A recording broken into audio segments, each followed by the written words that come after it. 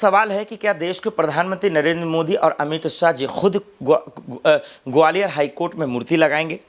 मैं विपक्ष के भी नेता से अनुरोध करता हूं, राहुल गांधी जी हैं या फिर तमाम संजय सिंह हों या तमाम वो लोग जो अंबेडकर जी की बात करते हैं, उनके बारे में लोगों को बताते हैं, देश को बताते हैं, तो क्या वाकई में जिस तरीके से ये मामला तूल पकड़ा, पिटाइयाँ हुई, वकीलों के बीच में झड़प हुई, भीम आर्मी सेना के बीच में झड़प हुई, क्या वाकई में इन सब के बीच में सीएम मोहन से भी सवाल होना चाहिए?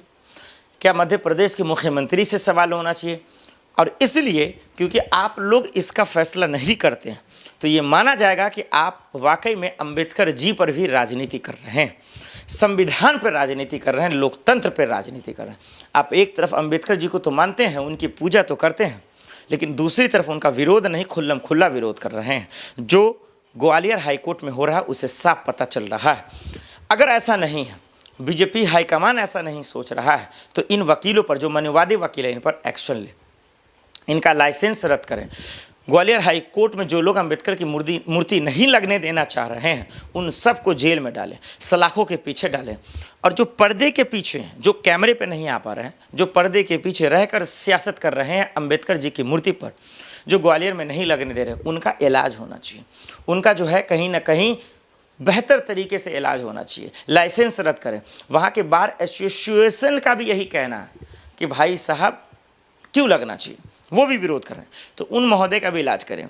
जब इस देश का जज कठमुल्ले जैसे शब्दों का इस्तेमाल करे, जब इस देश का जज करोड़ों के नोटों जलों पर जो है अपनी सफाई दे कि मैं था ही नहीं, और जांच आती है, जब सुप्रीम कोर्ट के जज महोदय कहते हैं, चीफ जस्टिस साहब कहते हैं सीजेआई कि भाई आपको बर्खास्त होना चाहिए, इस्तीफा देना चाहिए, जब आप सुनते नहीं हैं, जब इसी देश के जज एक महिला के बरा का जिक्र करते हैं, उनकी बात करते हैं, बताइए आखिर उनकी मानसिकता कितनी गंदी हो गई है? उनकी मानसिकता किस चीज़ पे काम कर रही है? क्या वो अंधे हो गए? क्या उन्हें पता नहीं है कि देश कैसे चलता है, देश में कैसी भाषा बोलनी चाहिए, आपको कैसे लहजे का इस्तेमाल करना चाहिए? एक महिला के लिए ऐसी सोच, एक समाज के लिए ऐसी सोच जिसमें आप कठमुल्ले की बात करेंगे। इलाहाबाद हाईकोर्ट यादव जी का हम जिक्र कर रहा हूँ। इसीलिए जजों पे भी सवाल आ जाते हैं दर्शकों, और इसीलिए सवाल है कि कोर्ट में आखिर हिंदू मुसलमान क्यों, कोर्ट में बाबा साहब का विरोध क्यों? और अगर ऐसा हो रहा है, कोर्ट के अंदर राजनीति हो रही है, सियासत हो रहा है, तो फिर देश के प्रधानमंत्री जी को आना चाहिए सामने, अमित शाह जी को आना चाहिए, मध्य प्रदेश के मुख्यमंत्री को भी आना चाहिए, विपक्ष के नेताओं को एक साथ आकर मूर्ति लगवानी चाहिए। ये अपील नहीं, ये खुल्लम खुल्ला जो है मेरा चैलेंज है कि अगर अंबेडकर जी की मूर्ति नहीं लगाने देंगे आप, तो क्या आप बताना चाहते हैं कि दलितों का जगह नहीं है देश में? क्या आप बताना चाहते हैं गरीबों का जगह नहीं है? क्या ओबीसी एससी एसटी का जगह नहीं है इस देश में? क्या आप जुल्म करना चाहते हैं? क्या आप मनुवादियों को बढ़ावा देना चाहते हैं? तो ये सवाल है जो मनुवादी जो सोच है वो अंबेडकर का विरोध कर रहे हैं।